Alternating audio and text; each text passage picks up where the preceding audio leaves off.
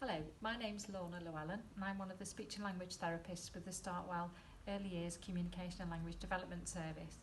On this video I'm going to be talking about information carrying words and how they can help us to understand the language children are using and we can develop their language skills.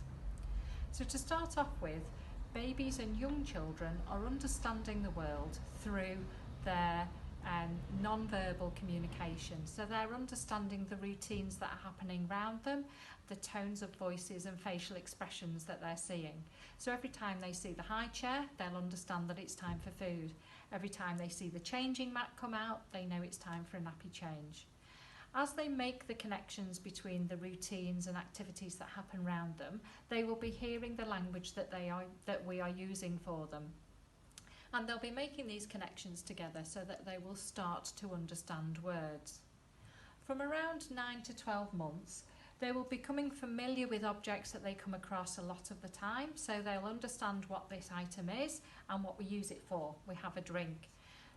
As they're using it, they'll be hearing the word cup, and they'll start to associate the word cup with the thing that it relates to. Between 12 to 18 months, they will start to understand that we can have other resources like Teddy here who can represent and do the same things that we can do as people. So Teddy can also have a drink, or Teddy can eat the banana. If we gave a child these two toys, they are likely to do what the typical thing is. So they are likely to give Teddy a drink. If we put the cup and the teddy in front of a child and said, give Teddy a drink, that's what they're likely to do. But they don't need to understand any of those words, they will just do it because that's the typical thing that we do with these resources.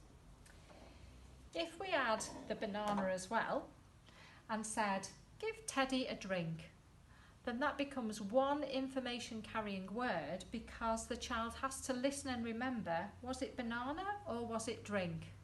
So in order to understand and get the instruction, give Teddy a drink correct, they have to listen for one information carrying word. We can then make things a little bit harder by introducing Dolly into the game. Dolly is also representing a person, and Dolly can have a drink and she can eat the banana too. So if we now say, give Teddy a drink with these resources in front of the child, they need to understand two information carrying words. Was it Teddy or Dolly, and was it drink or cup? So you can see how that every time there is a choice in front of the child really has to pay attention to that word, and that word carries information within the sentence, is an information carrying word.